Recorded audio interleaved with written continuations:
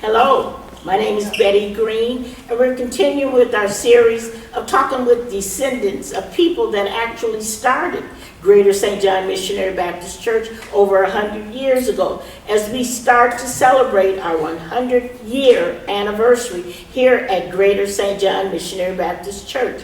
And so we're going to look into some of the older families that were here. And in doing so, I'm going to be talking with Miss Betty Stone. Betty, how are you? I'm fine. How are you? I am just great. Now, Betty, your family goes way back here at Greater St. John. I can think about the Scricklands.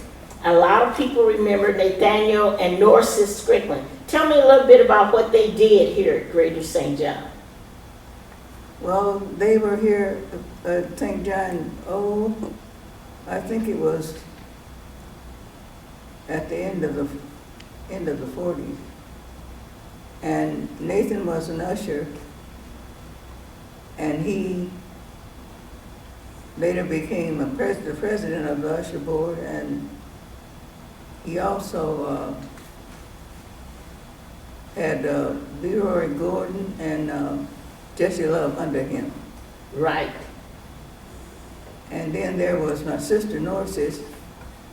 Sis was in the gospel chorus, and she was one of the echoes until she passed. Okay, now you say echo. What was an Echoes echo? of Glories. That was a group of singers that said they still singing at St. John to this day. Okay, that is just wonderful. Now you also had some other family members. Ella Pope. Tell me about Ella. Ella, she came along and she worked in the gospel chorus. That was over at the old church. Okay. Now, there's also some other people that are still very active here at Greater St. John. The Blakes. Well, there was my sister Geraldine. When she came, she worked with Brother Stafford. She was his dessert cook. She made over 100 pies for him, for his barbecue dinners, for his building fund. Right, because they helped to build the church to get it up out of the basement. Yes, it is. Okay. And then also two of Geraldine's daughters are still very active in the church. There is Brenda, which is Sunday school teacher for class number 8. And she had other duties. She was on the trustee board at one time. Then Deborah, she was a teacher too. She taught the children. Okay. And then their dad, he's a member here Okay. now. Okay. Now also, I know that you were in the missionary circle. Tell me about your missionary work. Well, after Miss Annabelle got sick, she called me and told me she wanted me to be the circle leader. I told her I didn't want to be the leader, to let Miss Kerr be the leader. She said, I told you to be the leader. So Sister Kerr is the teacher. So I took it. I told her, all right. I took it and I held that position until it was only one member left. They had all passed. And it was Jackie Teese and I. And then Jackie passed, and so that was the end of circle number 1. Okay. I also know that you did some homecoming dinners we used to have here at the church. That was one of a job for circle number 1, and we had to do that, and that job lasted until after Reverend McGee got here. And I think I was going to quit, and he told me if I would hold it for 1 more year. And I did that. So that job lasted over 20 years. That was a long year. Yeah. I got to tell you. And you also do the repast dinners. Tell me what does that mean? What is that talking about? That's downstairs for, after the funeral. There are certain people that go downstairs to prepare the meal. And I was one of the ones that would go down there and then help to clean up the kitchen. And I did that until I couldn't stand until. Okay. Now, there's something else that you're still very active in to this day, and that's the March Rally. Oh, don't mention it. Now, what part of the March Rally did you participate with? That was Miss Annabelle's job. I had to take that. And I'm still doing it. And that's been a long, long time. I'm looking for somebody to take my place, but they haven't stepped up yet, so I just keep on pushing. Okay.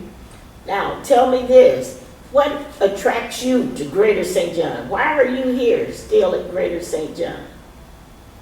Well, I have seen it, worked on the building fund and seen how this church prospered, but I didn't think it was going to make it. Mm-hmm. I didn't think, well, I thought it would make it, but I didn't think I'd live to see it. And since God has blessed me to see it, I just love this church, and I love the spiritual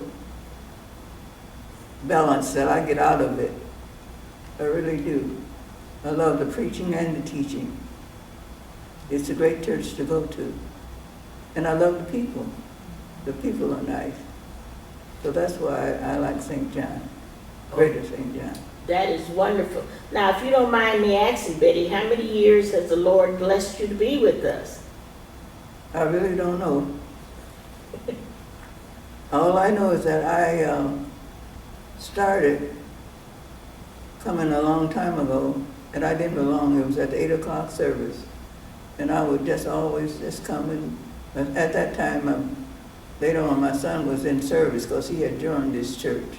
And then he went to service. And I would always put a contribution in his name.